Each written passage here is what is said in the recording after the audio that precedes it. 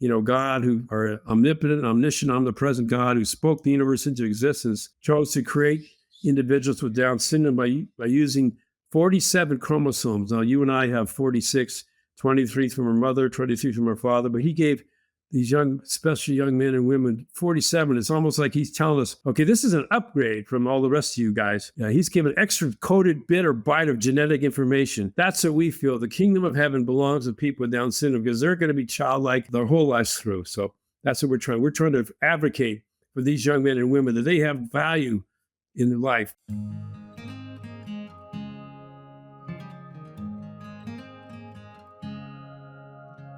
Hello and welcome to Along the Way Life's Journey. I'm your host, Carl Buccellato. We have with us today a marvelous man. Robert Hendershot is here with us today, and he's the CEO of a very fine program. And this program is developed to assist special people, and he happens to have a very special person, his son, Trevor. Well, Robert is going to tell us a lot about how he came to this place and why he's doing these things that are so meaningful to so many people. So, Robert, welcome to the show. Thank you for having me. I enjoy having you here. And we've talked a little bit before the show, and I found out that Robert is in Southern California, but fortunately far enough away from the fires, so he's been blessed for that. And I believe from the little bit that I've talked to him, he's had a number of blessings in his life. So, Robert, yes. The show is open, and it's for you. Why don't you tell us a little bit about yourself and your wonderful son and the things that you do, and I'll jump in from here to there. It's an open forum for you. Okay. Again, thank you, Carl, for allowing me to participate in your podcast. My story, I grew up in a dysfunctional family with a history of problem drinking going back generations. And I had two great fears growing up. First was that I would develop a drinking problem and become an alcoholic, which unfortunately is exactly what did happen. I started drinking in high school, got worse in college, and then by the time I graduated, I was having blackouts, which are temporary, lack of memory.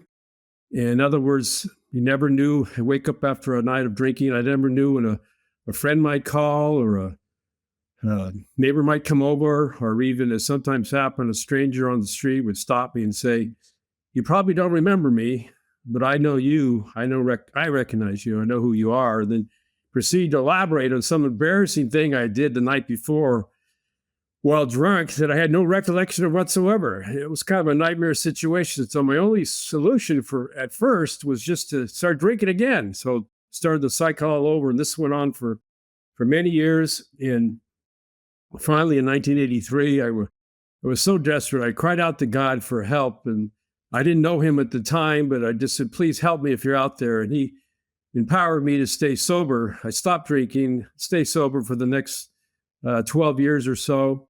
And in that time, I met my future wife, Melissa, in 1985. We were married. We had our first son, Trevor, in 1990, our second son, Taylor, in 1992, and then our third son, Tanner, in 1994. Yeah. And so all was good. And then I was in electronic sales, and I went overseas, the Far East, on business, and we got a big contract. And I was sitting with the CEO of this company, and he said, "Hey, let's have a drink to celebrate." And I thought, well, what can go wrong, And so we had a drink of alcohol, and that set me off on the run all again. I started drinking alcoholically right away. And then after a year and a half of this, my wife, Melissa, said, "I've had enough." And she checked me into rehab on August 24th, 1997. And it was there that a man came by, a Christian man. He became my sponsor, and he took me through the 12-step program. And then I got out of the rehab and started attending 12-step meetings and going to men's Bible studies, et cetera. And then now I've been sober for a little over 27 years, hopefully going on 28 God bless. this That's August. wonderful. So it's been great. Wonderful. And then my second great fear growing up was, in a dysfunctional family, was what kind of a father would I be? Or more importantly, how would my children turn out? And then when Melissa was pregnant with our first child, I had all these hopes and dreams that he or she would be everything I wasn't: scholar, athlete, musician, at least comfortable enough in their own skin that they wouldn't have to resort to drugs or alcohol to feel good about themselves. And then when Melissa, we're in the maternity ward, and Trevor, we saw our son being born. The doctor said he's a boy. And I thought, oh, great. One of the happiest moments of my life. And then 5 minutes later, the delivery room doctor asked me, do you know what Down syndrome is? And that was by far the saddest moment of my life, to go from utter joy to utter devastation in about 5 seconds. I was just so disappointed, angry with God even. Why me, God? You knew I'd have enough trouble being the father of a regular son, let alone one with special needs. I don't deserve this. And, Carl, it's been 34 years since that day, with all the trials and triumphs and some setbacks and successes in our lives together. I stand by my original statement. I really did not deserve a son like Trevor, but for the complete opposite reason. Yeah. The blessings, I imagine, he gave you. Oh, yes. We just skipping ahead to the high school. As a freshman, we found out he was being bullied, called the R word, told he was worthless. And then I called the vice principal up of his school and said, hey, you can't, students A and B were harassing my son, and you've got to put a stop to that. She said, okay, I'll get back to you. And then she called me the next day and said, well, I interviewed students A and B, and they denied everything. I tried to talk to your son. I can't understand him. So I consider this case closed. And I go, whoa.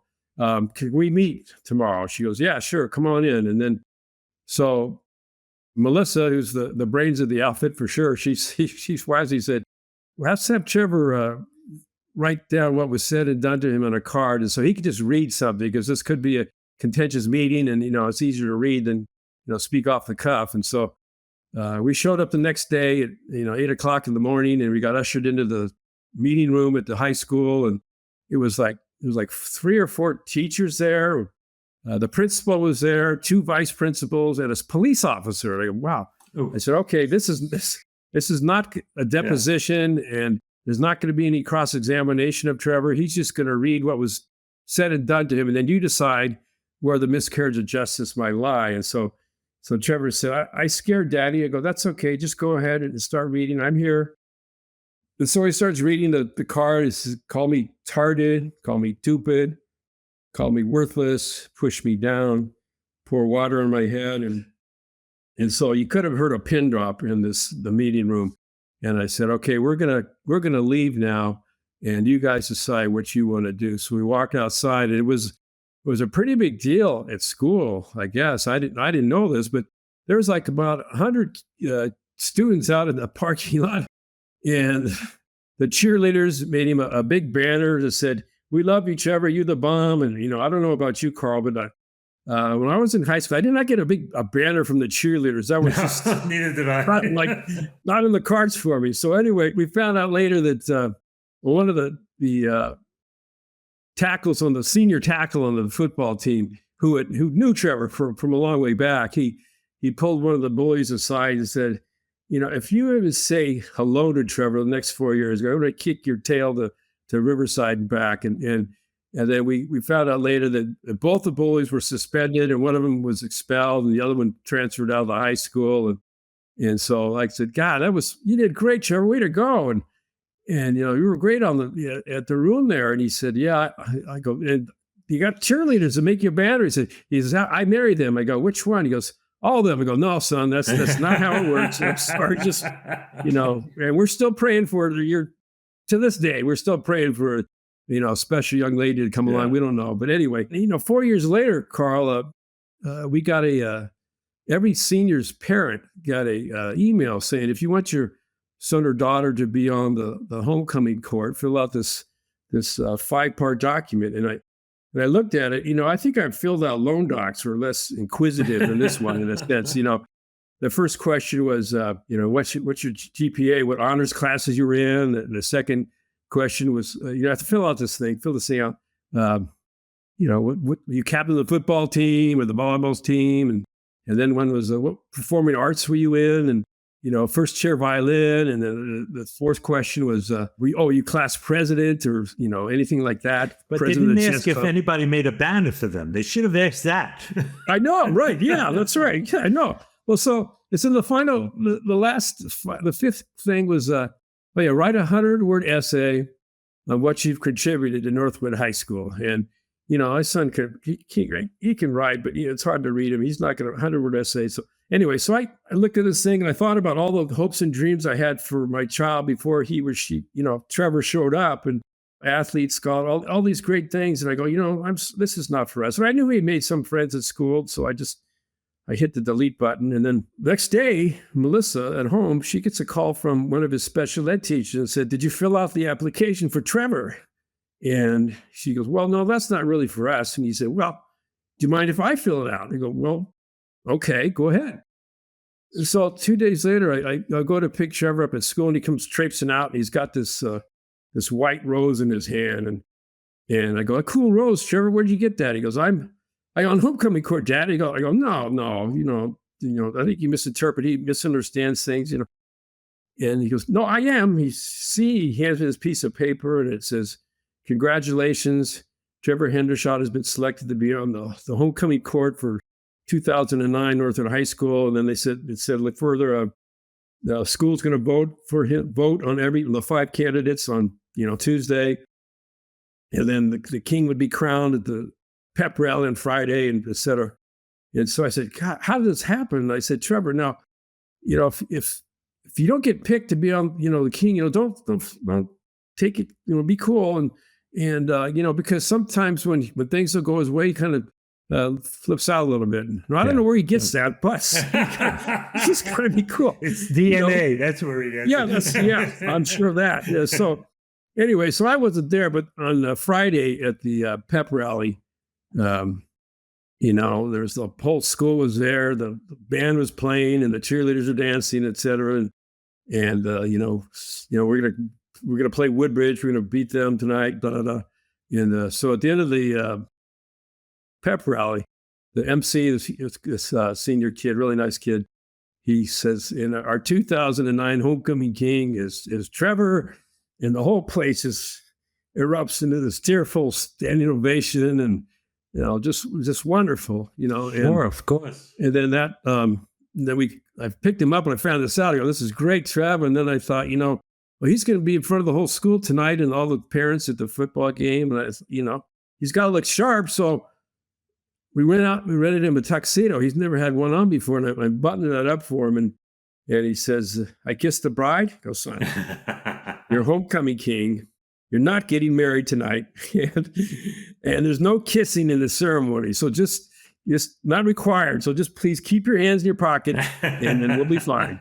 And so, whole homecoming king, the game goes off and everything. And he's, when he was on the stand with the queen and all that, she got picked. And he had people come out of the stands to take pictures of him. It was like, he got more pictures taken of him in about 10 minutes than I'll have my whole life. And so then one of the vice principals from 4 years earlier came up to me and said, when you, as you know, when Trevor was a freshman, he was bullied, not only for his disability, but also because we found out this annoying problem. He likes to sing Christian songs before, during, and after school, loudly. And we tried to get him to stop, but to no avail. But anyway, why not? Anyway, so, but, we saw that he was, in addition to his singing Christian songs, that his faith is part of who he is. And, goes with a hug or a high five, throughout his day at school. So we thought it'd be a nice token gesture just to put him on the homecoming court.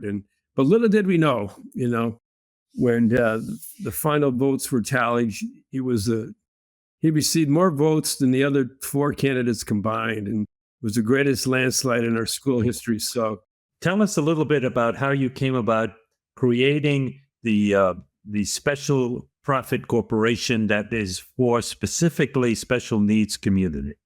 Yeah. Okay. Well, the background on that, when he graduated from high school, he was told he went to a special transition program. Most states have that, not all of them, where you kind of learn, like, special kid would learn how to be an employee. You got to show up on time and do what the supervisor tells you, et cetera, et cetera. So he went through that, and when he graduated from that, it was like a year program. They told him, well, the best job he could hope for would be folding towels in the basement of a hotel in the laundromat. I go, well, gee, he's friendly. He likes sports. Maybe there's a job out there like that for him. And they said, well, there's no jobs like that.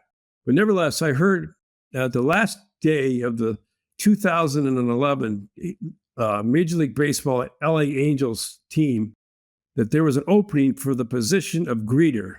And I thought, well, it's not corporate counsel. It's not, working the cash register. It's just being friendly. And he certainly can do that. So maybe he could do this job. Who knows? So we drove up there on the last day of the season. I introduced ourselves to the manager of the store where we could be working at.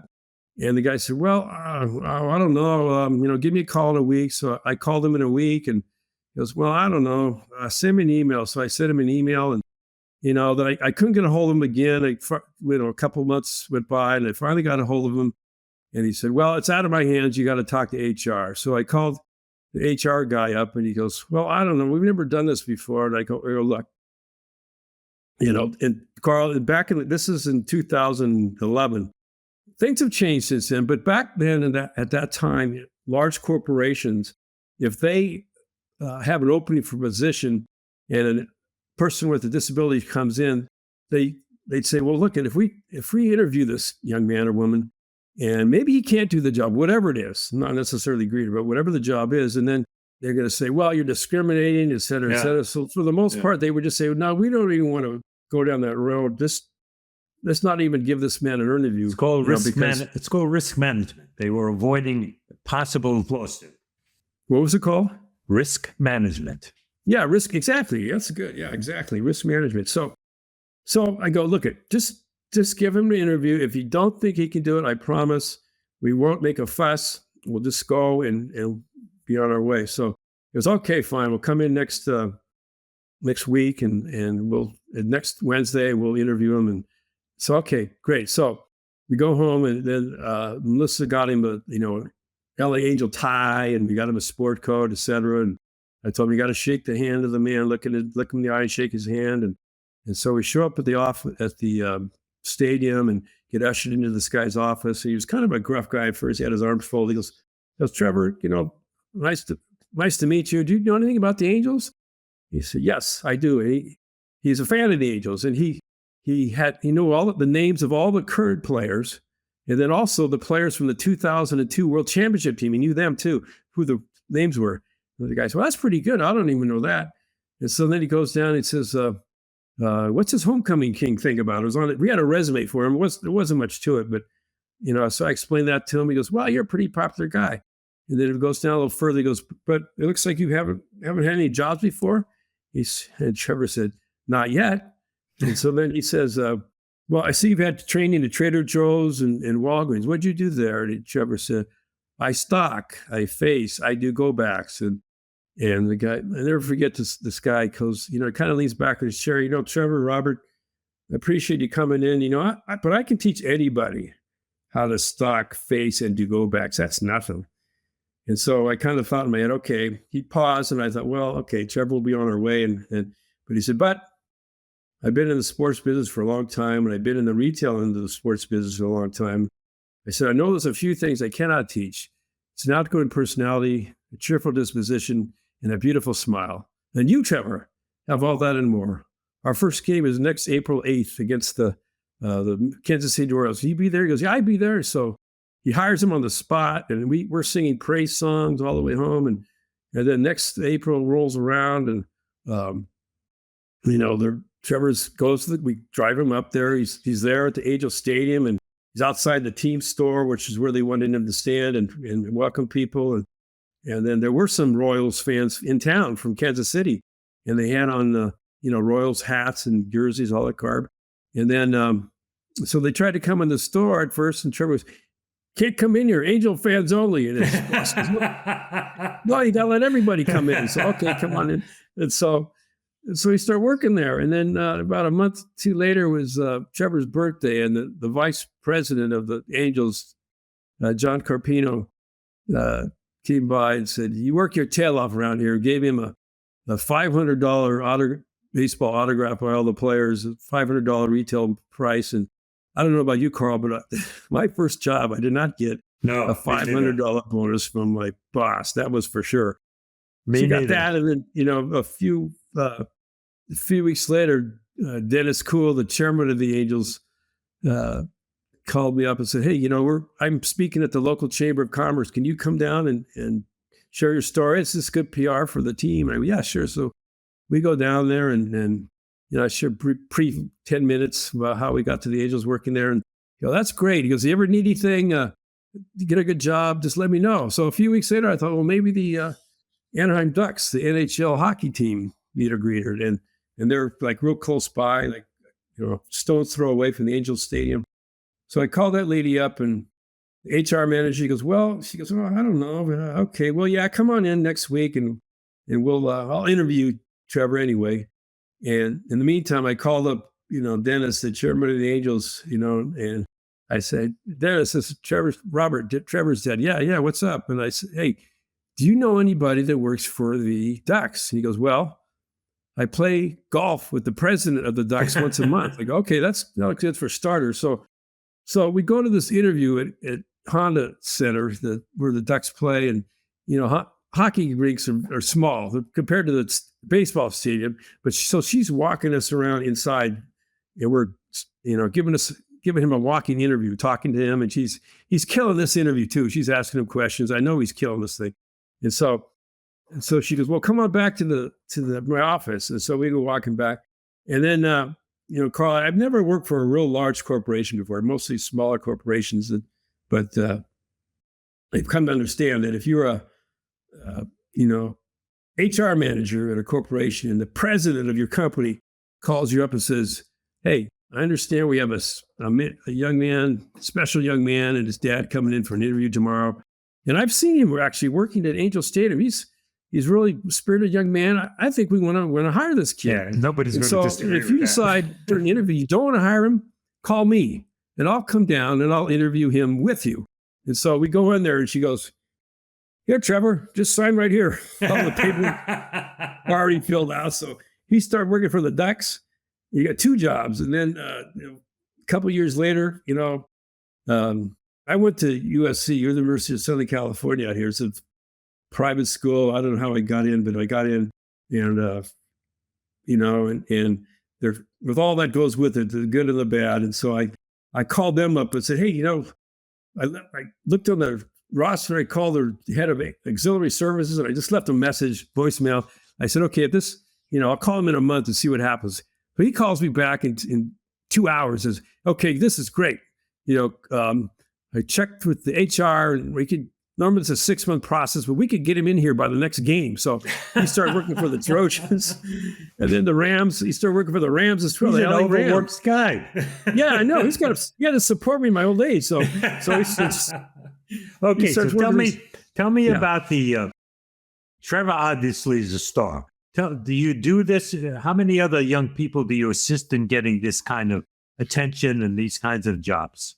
How big is this ministry? Well, it's going well. If you mind, let me share couple more things. I know we went to a men's. He'd been working for the Angels, Ducks, Rams, and Trojans for 10 years, and he became known, admired, and often loved by over 2 million sports fans, Amazing. fellow employees, Amazing. professional athletes, et cetera. And then I went on a men's retreat about 6-7 years ago, and the visiting pastor said, "Consider what breaks your heart, because that is where God is calling you into ministry." So I thought about that. When our boys were younger, we taught Sunday school. I've led men's Bible studies. We fed homeless on Skid Row. We've sung Christmas carols in nursing homes. Those are all good things. We're not out of a broken heart. What breaks my heart is the fact that 80 to 90% of all children diagnosed with Down syndrome in the womb are aborted in the United States.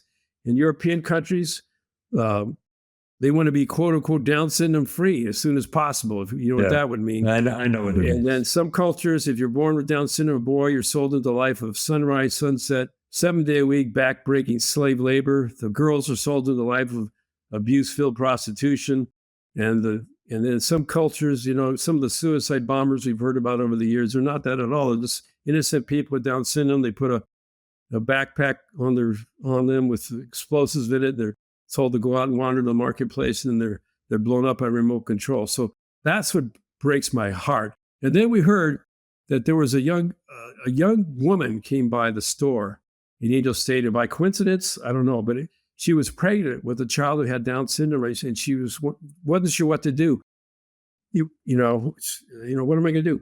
And so she met my son Trevor, and she decided to bring her child to life. So now she's got a 5-year-old girl with Down syndrome wandering around, and I thought, maybe there's something more to Trevor's job than just him having these cool jobs in Southern California. So we decided to form Angels for Hire. It's spelled HIGHER. It's a 501c3 social profit corporation, just to replicate what Trevor does in Southern California and other stadiums around the country. So the point would be that if you find yourself pregnant in, say, New York or Boston, and a woman, and she could not sure what to do, somebody from their church could say, hey, go see Tommy in Yankee Stadium, or go see Susie at Fenway Park, and maybe the lives of more children with Down syndrome would be brought to life. So that's what we started to do. And so we formed our corporation in 2018, and today we have 30 venues across the United States, and there's over 90 young men and women with Down syndrome working at these venues, greeters.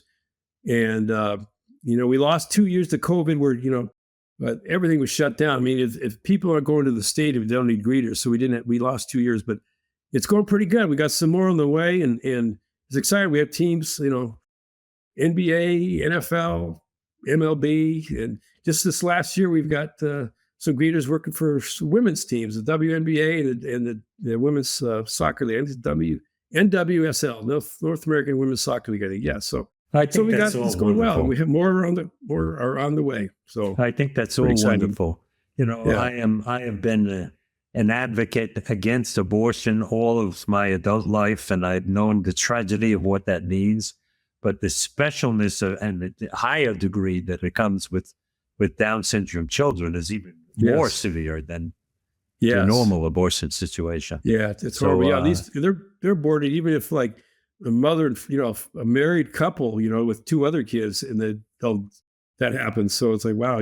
So what our point is that we're demonstrating that what these young men and women can do, like this one lady, her child was brought to life by meeting Trevor, and others. That's happened with other families as well. And what they use their God-given gifts, abilities, and challenges to spread joy and change the lives of everyone they meet. And it's like with Trevor at Angel Stadium, he, at first people kind of gave him a wide berth, and same thing with the other stadiums. But then after a while, they started looking for him. I go, where's Tommy today? I haven't seen him yet. In fact, at Trevor's station, Angel Stadium, they were asking him. I talked to his manager at the store, and she said, people come and ask for Trevor all the time. Like, where is he? And so I would put a sign out there that said, Trevor is not working today, because they always bother me. But I don't do that, because if I do that, they won't come in the store. But this way, they come in the store and ask me, and then maybe they'll buy something. So it works out well. It is a business after all, right? Oh, yes, it is. Yeah. So, ladies and gentlemen, I'm sure many of you were thinking to yourself, well, I could make use of this service, or I know a child, or I think I could help in one way or another. Don't worry.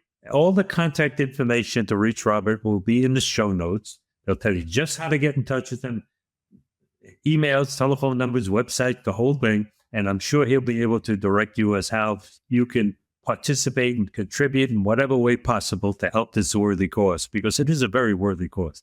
Every child is important. Every human life has value. And this proves beyond a doubt that every child can contribute not only to the culture at large, but to the support and happiness of other people. And this is what I see here and I hear here, regardless of what those crazy people in the world think. This is a place to put your time and your money and your effort and support. So reach out to Robert afterwards. Okay, thank you, Robert. I did my sales pitch for you. Was it good? Oh, thank you. Do you think Trevor would approve of me? You're hired. I have a great number of children in my family. I have 4 adult children. I have 5 grandchildren. I have 5 great-grandchildren. Oh, wow. And I love children. And I have known many people who have Down syndrome children. And I have always had an affinity to believe that beyond that smile is a gift that God only gives to them. They kind of Yes. light up a room. They come in a room and they light up a room. And Yes. I think they're little angels. I really do. Everyone.